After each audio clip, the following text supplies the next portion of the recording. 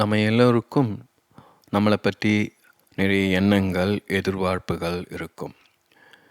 மற்றவங்க நம்மளை எப்படி பார்க்கணும், எப்படி மதிக்கணும்னு நினைப்போம். அதற்கேற்றாற் போல தான் நம்மளை நம்ம வெளிப்படுத்தி கொள்வோம்.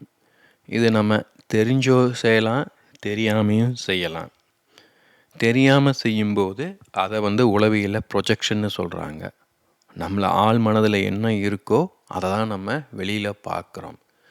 உலகம் என்பது என்ன இருக்கோ அதை பார்க்குறதில்ல.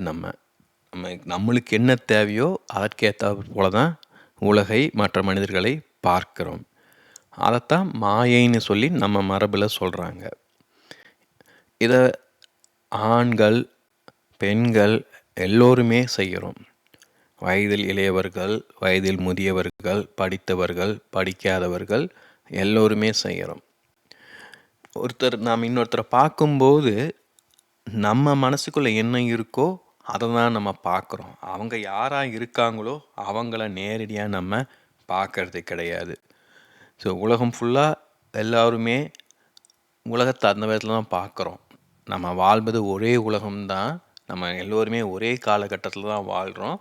ஆனால் நம்ம ஒவ்வொரு விஷயத்தையும் எப்படி பார்க்குறோம், எப்படி அணுகிறோங்கிறது நம்மளுடைய தனிப்பட்ட அறிவு, அனுபவம், விருப்பு வெறுப்பு போன்றவற்றின் அடிப்படையில் அமைந்தது. இதையெல்லாம் கடந்து செல்லும்போது தான் நம்ம ஆன்மீகத்துக்குள்ளே நுழையிறோம். கடந்து செல்ல விரும்பும்போது தான் நம்ம ஆன்மீகவாதி ஆகிறோம்.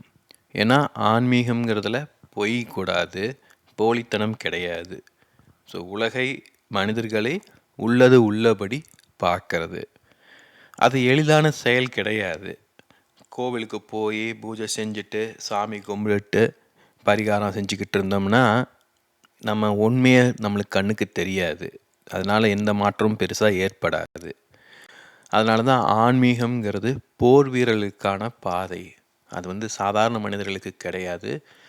ஒவ்வொருத்தரும் தனக்குள்ளே இருக்கிற தைரியத்தை திரட்டி உண்மையை உள்ளதுபடி அணுகணும். பொய்யை தவிர்த்துட்டு உண்மையை நேரடியாக பார்க்க கற்றுக்கணும். இதை நம்ம நம்முடைய மனம், உடல் 2 விதத்துலையும் செய்யணும். ஏன்னா நம்ம மனதாலையும் பொய் சொல்கிறோம், வேடம் போடுவோம், உடலாலையும் பொய் சொல்லுவோம், வேடம் போடுவோம். ஸோ இதை கடந்தது தான் ஆன்மீகம். இதை கடந்த ஒருத்தர் தான் ஆன்மீகத்தில் மூலையும் தகுதி கொள்கிறார்.